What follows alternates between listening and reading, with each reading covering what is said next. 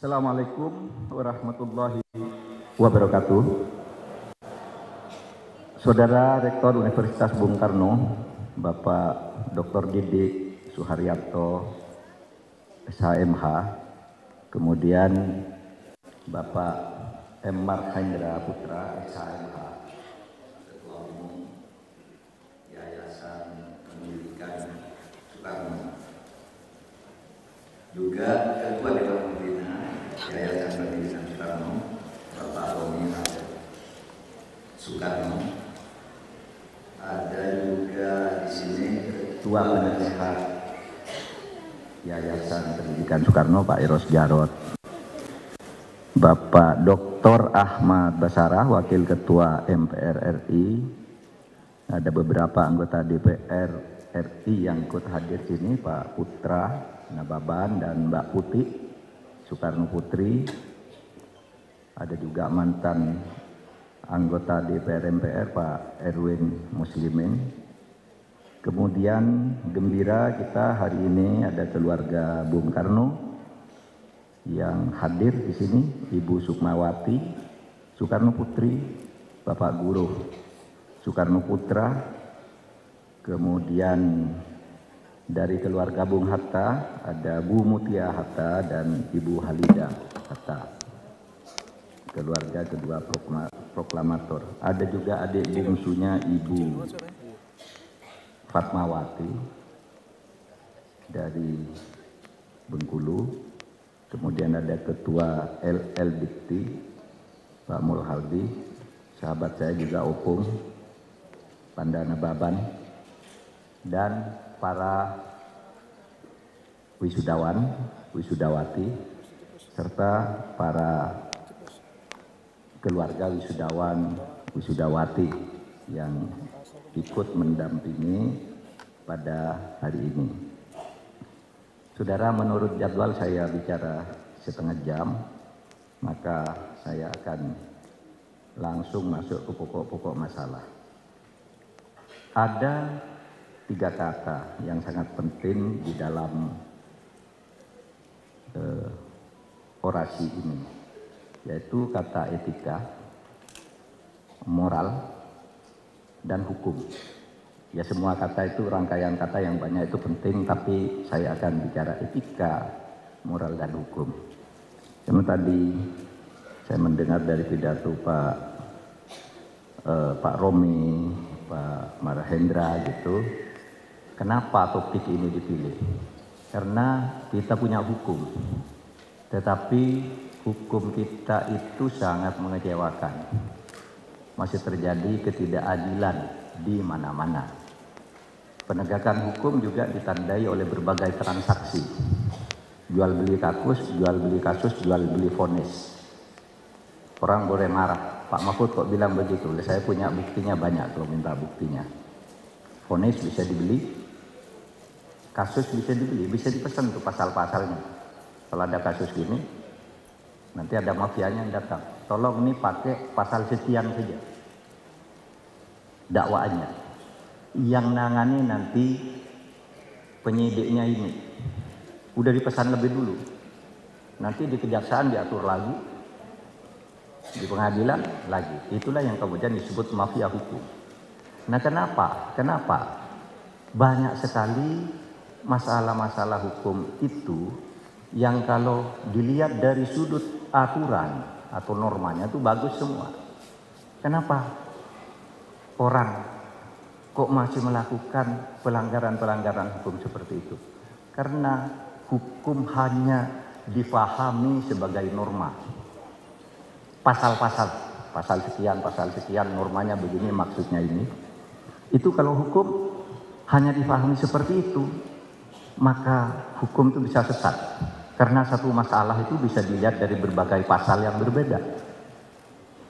Lalu apa yang tidak ada di sini?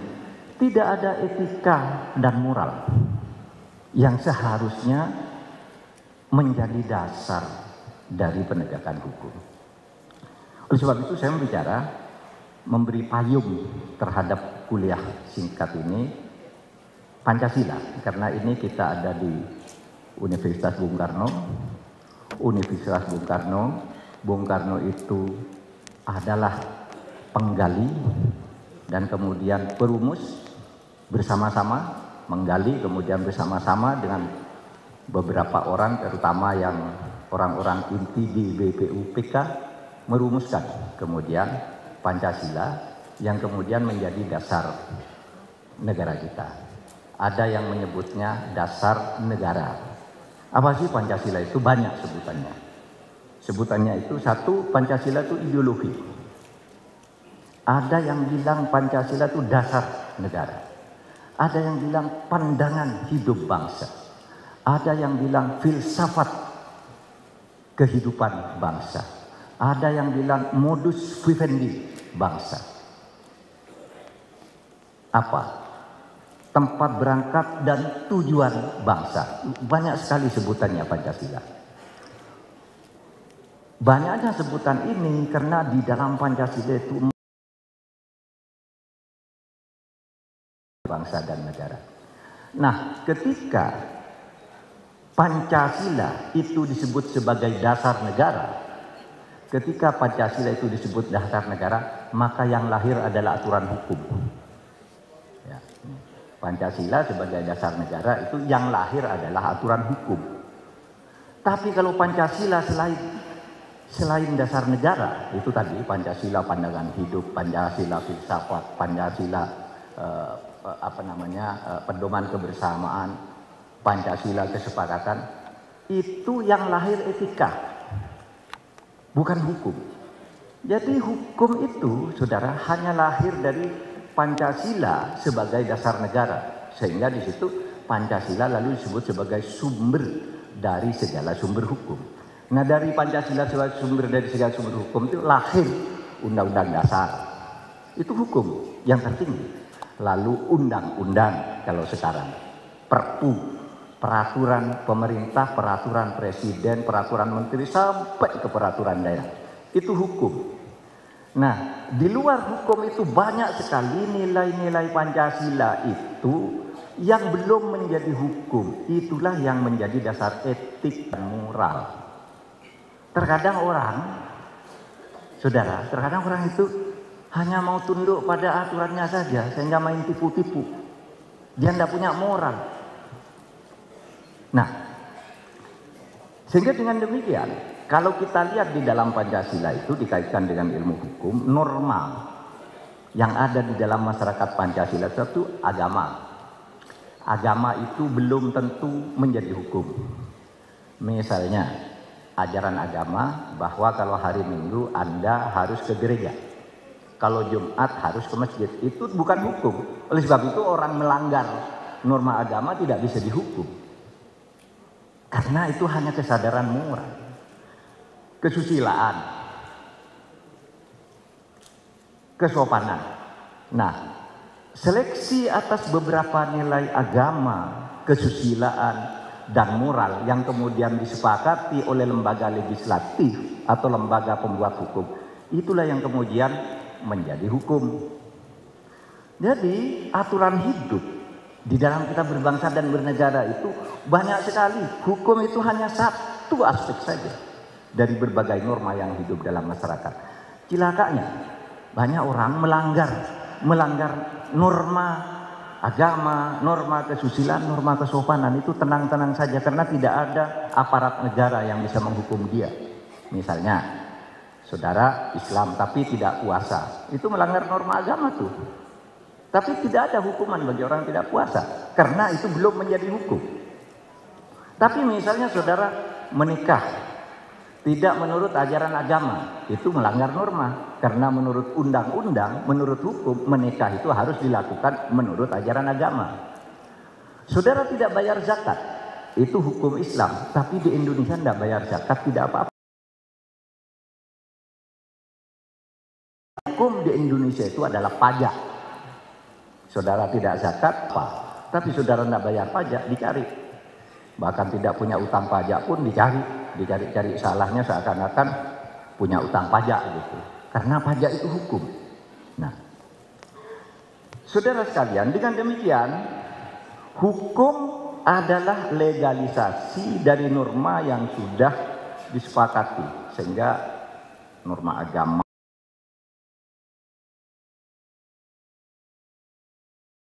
Agama yang sudah dilegislasi yang menjadi hukum. Tapi yang tidak, itu menjadi norma moral, norma etik yang harus dilaksanakan.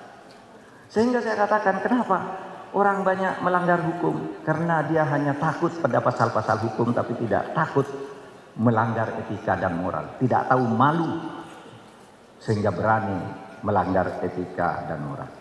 Slide berikutnya. Ya. Apa bedanya? Kita urai dulu sedikit sebelum masuk ke konteks Indonesia. Saya tadi nanti mau bicara tentang hukum tentang etika. Ada hukum tentang hukum, tapi ada hukum tentang etika yang dibuat di era reformasi ini. Bedanya hukum dan norma yang bukan hukum itu gini. Kalau hukum itu sanksinya heteronom. Saudara melanggar, ditindak oleh negara. Saudara punya utang, lari, kejar oleh negara. Kayak saya sekarang nangani hutang BLBI. Orang punya utang, mangkir, saya kejar. Karena apa? Dia melanggar kesepakatan hukum. Orang membunuh, tangkap oleh polisi. Sedangkan norma non-hukum itu sanksinya otonom. Heteronom itu datang dari kekuatan negara, saudara lari dikejar, saudara tidak ngaku di penjara kalau buktinya ada. Nah itu hukum heteronom, dipaksa oleh kekuatan di luar diri. Tapi kalau norma non hukum, sanksinya itu berdasar bisikan nurani, merasa dosa. Misalnya Mas Eros ngomong ke saya percaya betul, padahal dia bohong. Tidak ada hukumnya nangkap dia. Tapi pasti dia sudah pulang, aduh, nyesel aku tadi bohongi Mas Mahfud, gitu ya. Nyesel aku tadi. Itu nurani. Kalau pelanggaran norma itu semakin besar, semakin besar juga rasa penyesalannya. Misalnya, nih, membunuh orang, tidak ketahuan. Hukum tidak bisa bekerja, tidak ada buktinya. Membunuh orang. Apa? Meskipun dia tidak dikejar secara heteronom.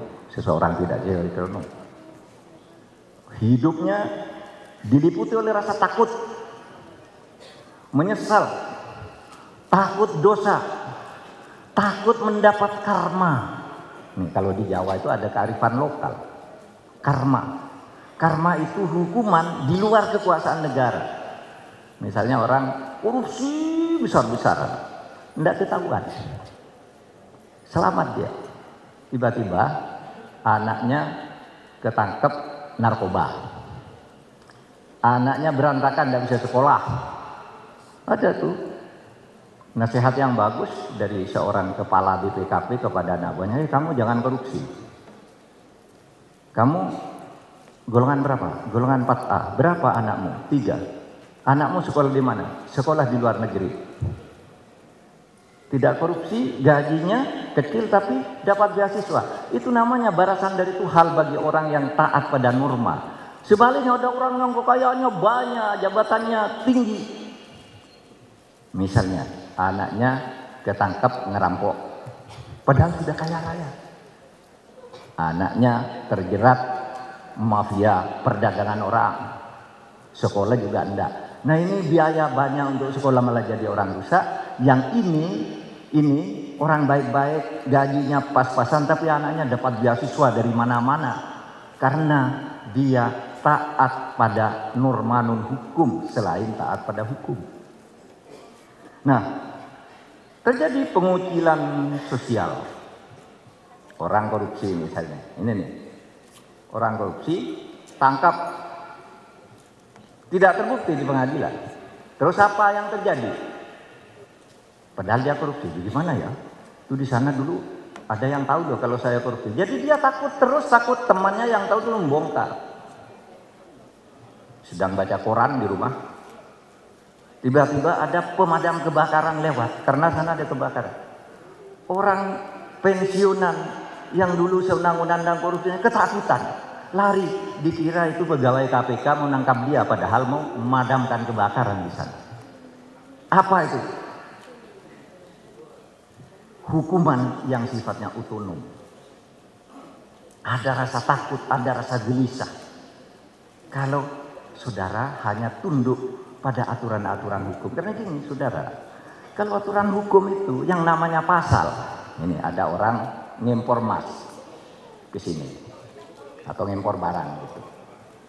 Kalau mau menurut undang-undang kepabeanan kamu bayar sekian. Tapi kalau kamu pakai undang-undang lain bayarnya sekian.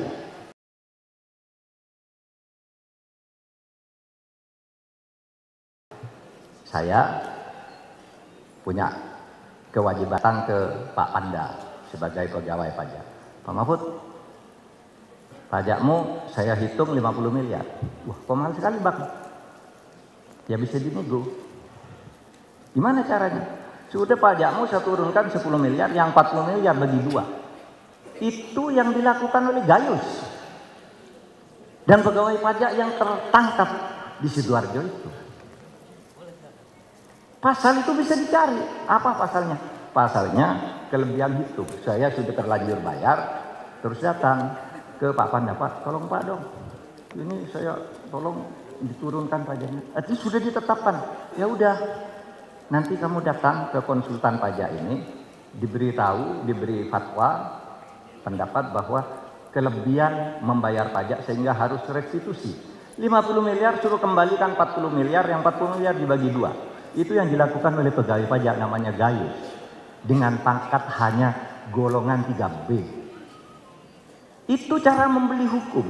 Tetapi orang yang taat pada aturan-aturan non-hukum, pada agama, moral, etika, kesadaran berbangsa dan bernegara, kalau dia merasa belum kurang, loh pajak saya kok cuma sekian, datang kantor pajak, ini saya belum dihitung loh pajak saya, tolong ditambahkan. Banyak yang melakukan itu. Sementara di satu pihak orang yang terhadap keuangan negara dan rakyat menghindar dan ingin pajaknya kurang, yang lain ada yang datang.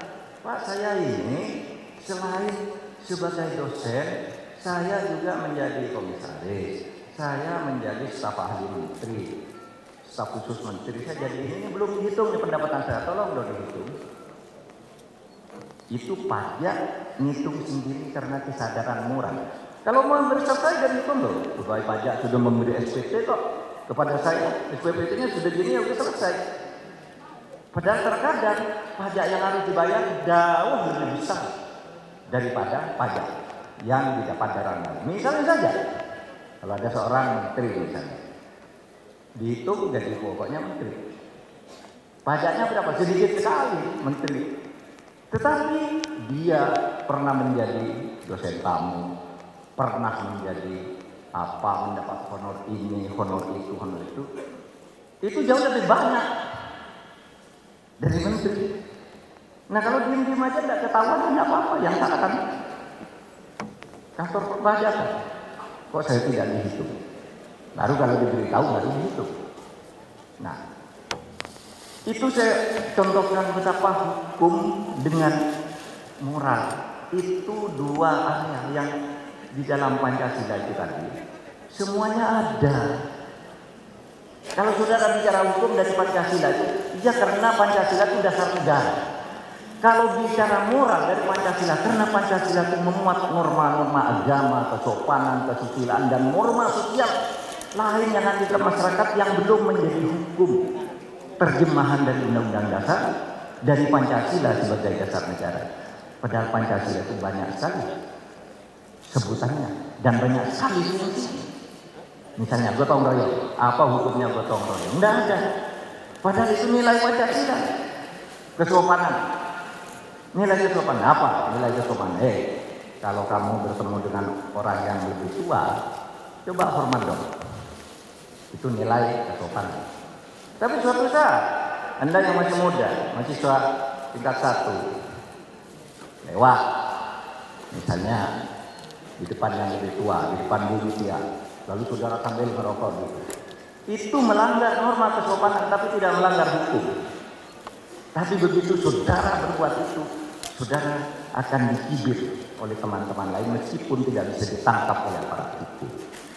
Nah, saudara, saya ingin menekankan, mari kalau kita ingin menjadi bangsa yang baik, ikuti Pancasila itu dari sisi-sisi selain hukumnya. Ya, nafas Pancasila itu yang lebih banyak ada di luar hukum. Kalau saudara cuma takut pada hukum, saudara bisa menipu dengan hukum, bisa berdagang dengan hukum, bisa kaya raya secara tidak sah dengan hukum.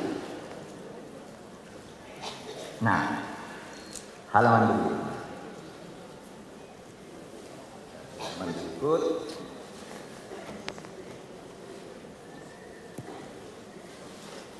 Ya, halaman ini. Tadi sudah saya sampaikan halaman ini. Banyak orang melanggar hukum tapi tidak merasa melanggar. Kamu sudah tersangka, harusnya mundur kamu. Loh, kan dulu difonis. Nah, itu melanggar kita. Bukan melanggar itu, melanggar kita. Kalau difonis sama punya aturan hukum tetap bisa. Tapi kita punya moral. Lalu begitu tersangka kamu ini, masyarakat berpikir, masyarakat tidak percaya, kita mundur. Nah, karena saya belum difonis oleh pengadilan, sehingga mengabaikan norma-norma yang hukum. Sudah banyak orang melanggar hukum tapi bersembunyi di balik norma hukum. Misalnya, belum diputuskan di pengadilan, jangan dilakukan, ini hak saya. Tidak tahu mana. Ada yang bilang, karena tidak sesuatu kita tidak bersalah. Jadi tidak boleh salah-salahkan. Atas orang dapat bersalah, artinya sebelum bersalah sebelum diputus oleh pengadilan, baru boleh ditolak tentang atas. Orang yang mencoba menyalahkan dia secara sosial dituduh kamu melanggar asas peraduga saudara. Hukum itu harus dimulai peraduga bersalah. Hukum itu harus dimulai peraduga bersalah. Misalnya ada barang itu jatuh yang menyuruh ini si Andi, kenapa? Tadi barangnya ada dijual lewat dan itu sudah diduga. Dan diduga lalu disangka. Sesudah disangka lalu didakwa. Sesudah didakwa dituduh, sesudah dituduh difonis. Lalu apa arti peraduga tidak bersalah itu? Arti peraduga tidak bersalah, seseorang belum boleh dicabut haknya sebelum difonis oleh pengadilan. Tapi kalau dinilai secara sosial yang bersalah itu boleh. Misalnya ada orang sekarang yang punya masalah di pengadilan dan ditahan, lalu atas nama asas peraduga tak bersalah itu tidak boleh membahas, boleh. Karena asas peraduga tak bersalah artinya haknya belum diambil. Misalnya dituduh merampas rumah, dibawa pengadilan ditahan. Rumah itu maksudnya dia sebelum dia difonis. Itu namanya asas peraduga tak bersalah. Bukan dia kita beli, bukan dia kita betul yang merampas rumah itu pernah dulu yang punya saya tahu.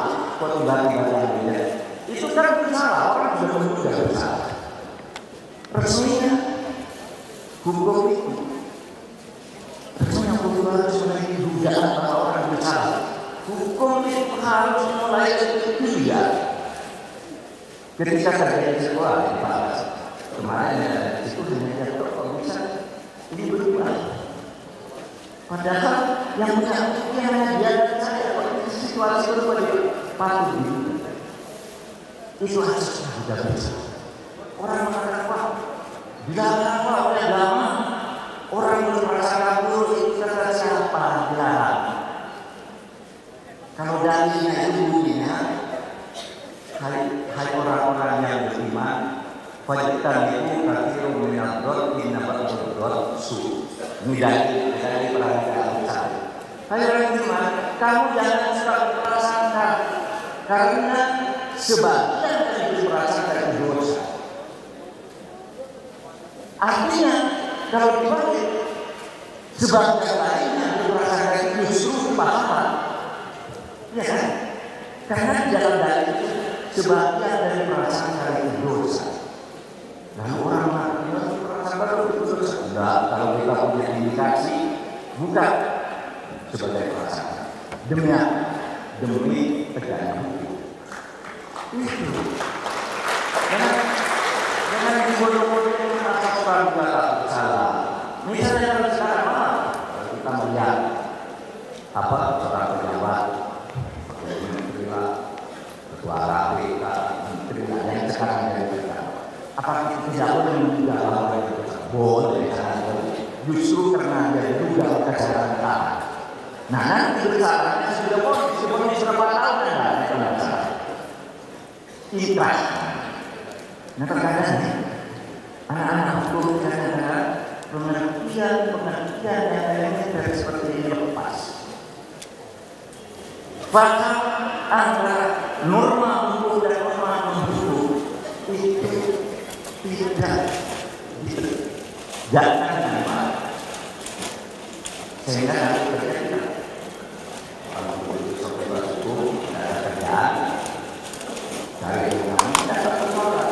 Orang itu kalau mertua anak masuk lalu pengacara mereka mantunya juga mati. Suami itu bukan mertua, rumahnya sudah punya ini sudah waris.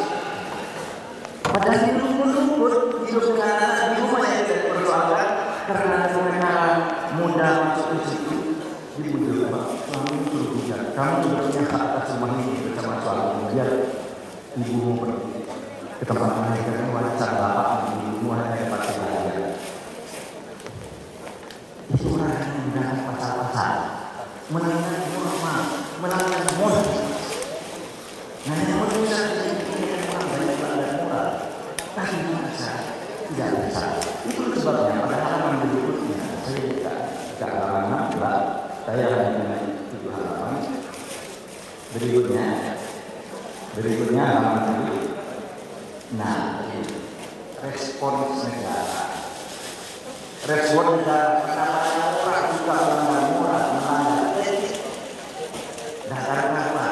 Hukum di bawahnya hukum diletakkan di bawah dia. Maka itu ketika kita berreformasi, berharap ya, Mas Pandai, kita itu kan berjalan reformasi semuanya ini baik. Pemerintah mengeluarkan ketetapan 3 tahun sebenarnya, yaitu ketetapan MPR nomor 6 tahun 2001 tentang etika kehidupan bangsa. Ini berlaku sampai sekarang. Ini dinyatakan tak yang masih berlaku selama belum ada undang-undang khusus. Jadi itu tak.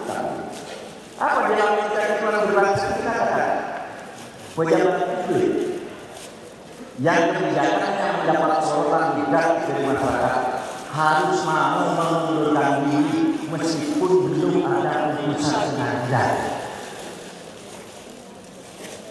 Bahasa kebanyakan pakai pejabat ini pejabat. Kalau ada kebijakannya oleh masyarakat disoroti sama, melanggar norma meskipun pengadilan belum mampu menetapkan karena alat bukti belum cukup, tapi ada sudah disorot karena gejala-gejala lain dengan masyarakat, maka Anda harus mundur. Betul-betul jangan begitu, tidak mundur. Belum ada putusan pengadilan, karena ada sasaran negara. Maka karena orang selalu berlindung di bawah sasaran negara bersama, berlindung di bawah putusan yang inkrah itu mana sering orang lalu melanggar sehingga kita pada tahun 2001 menyatakan pejabat mundur dong. Kalau kebijakannya mendapat sorotan publik menimbulkan kontroversi mundur, tidak usah kita. Ini mau kebijakan tidak apa lagi mundur. Nah, lalu ada kitab MPR nomor 8 MPR tahun 2001. Nah, salah dulu ketua tim perumusnya di MPR Pak Erwin tahun 2001. Mundur, tidak usah dipecat. Ini mau dipecat aja tidak mau, apalagi mundur. Nah, lalu ada lagi TAP MPR nomor 8 MPR tahun 2001. Nah, salah dulu ketua tim perumusnya di MPR Pak Erwin tuh di MPR tahun 2001. Ketika dia MPR. Tentang apa ini? Tentang rekomendasi arah kebijakan pemberantasan dan pencegahan KKN.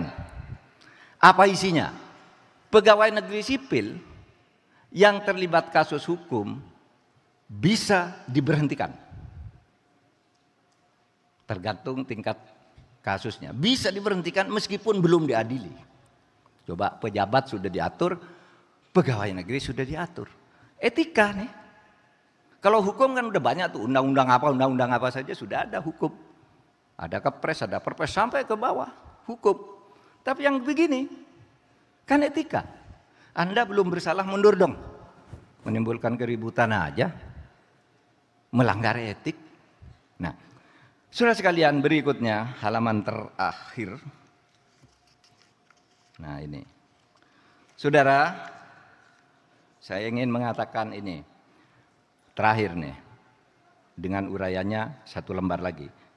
Tapi inti kalimatnya ini, kedepannya kita perlu penegakan etika dan norma yang lain melalui pendidikan moral Pancasila. Karena Pancasila tadi kan ada moral, agama, ada Pancasila, lalu di sampingnya ada hukum sedikit. Yang lebih banyak itu kan nilai-nilai yang hidup di masyarakat. Nah kita harus tegakkan tuh norma etika, norma moral, norma kesadaran beragama, itu tegakkan. Ya, baik secara resmi melalui kurikulum seperti pendidikan moral Pancasila atau apapun namanya. Itu apa? Dalam rangka karakter building. Contoh halaman terakhir nih. Berikutnya, yang contoh lagi. Nah, saudara nih, kalau saya, ini penutup, karena ini kuliah di Universitas Bung Karno.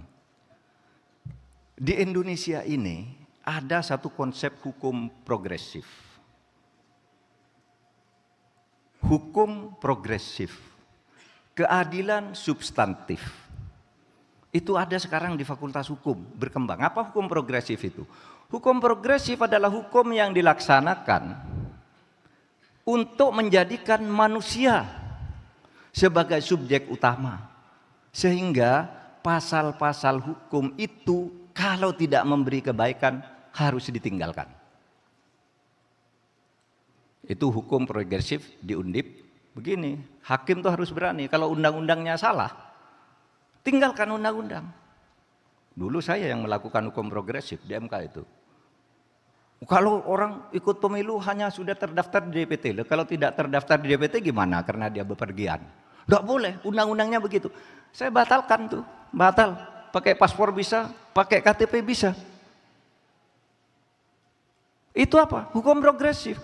Pasalnya mengatakan gini tapi tidak adil, dibuat. Pelaksananya yang lebih adil.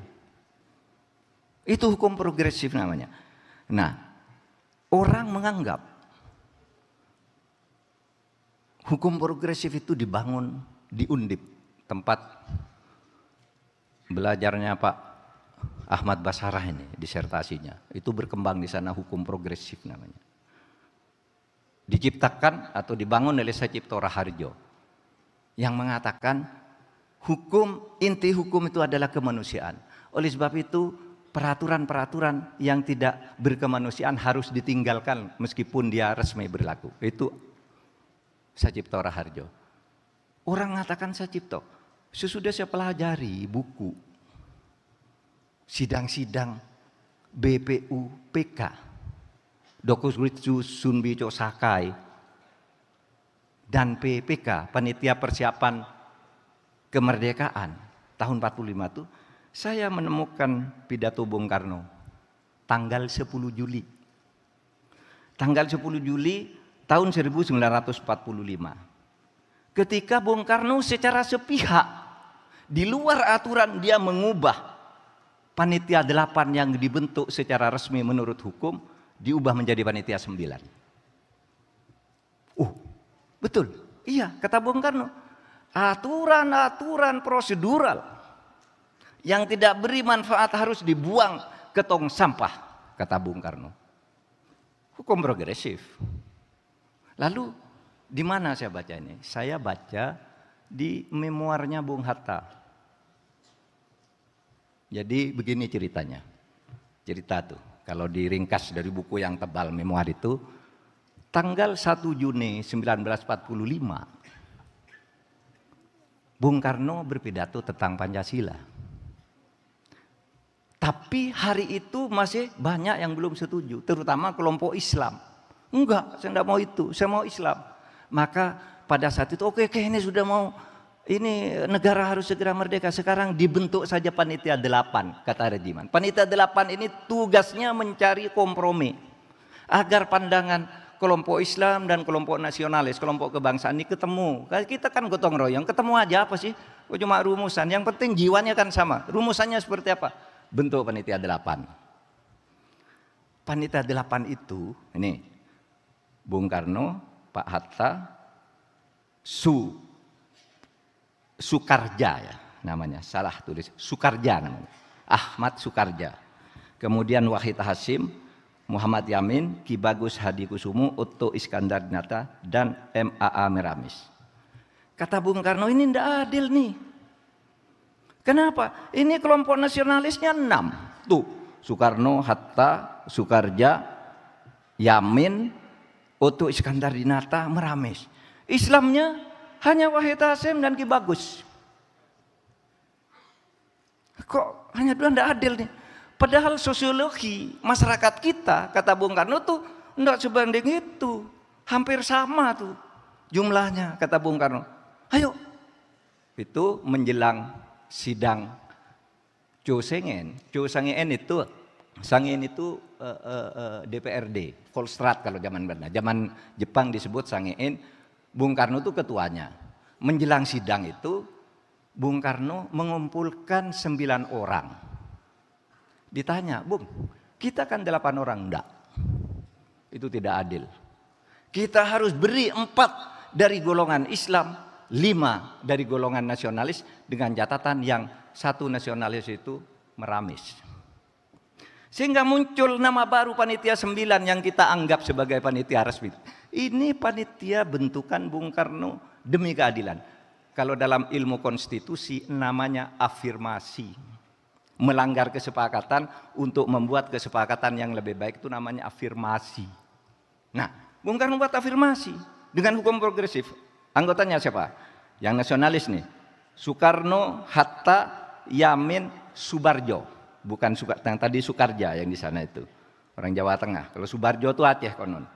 Lalu Meramis. Otto Iskandar Dinata dikeluarkan. Sukarja dikeluarkan. Ki Bagus Hadikusumo minta keluar karena dia ada sidang di Jogja. Sehingga masuk 4 orang Islam berikutnya di Panitia 9. Siapa? Abdul Kahar Muzakir dari Muhammadiyah. Menggantikan Ki Bagus yang Muhammadiyah. Wahid Hasyim dari NU. Agus Salim dari PSII. Abi Kusno aktivis Masumi. Masuk di situ. Masumi waktu itu belum partai. Tapi sebuah organisasi yang merupakan gabungan dari MIAI sebelumnya, Majelis Islam A'la Indonesia. Jadi 5-4. Yang menakjubkan dari ini apa?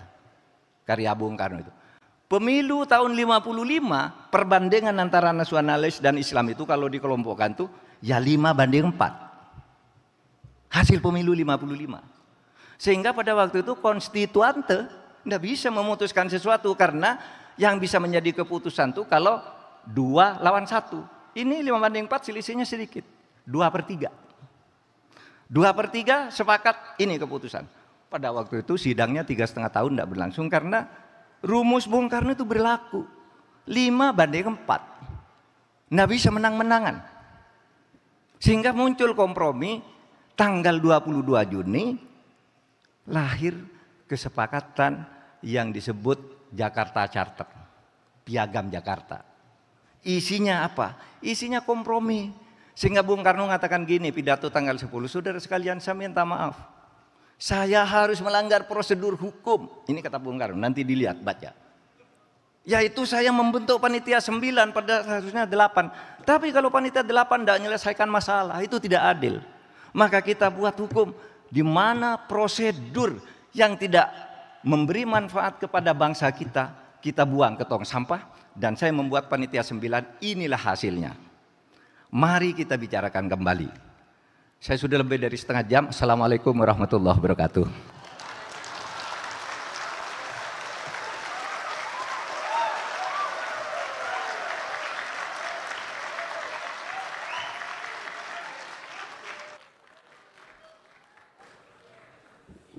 Terima kasih kepada Profesor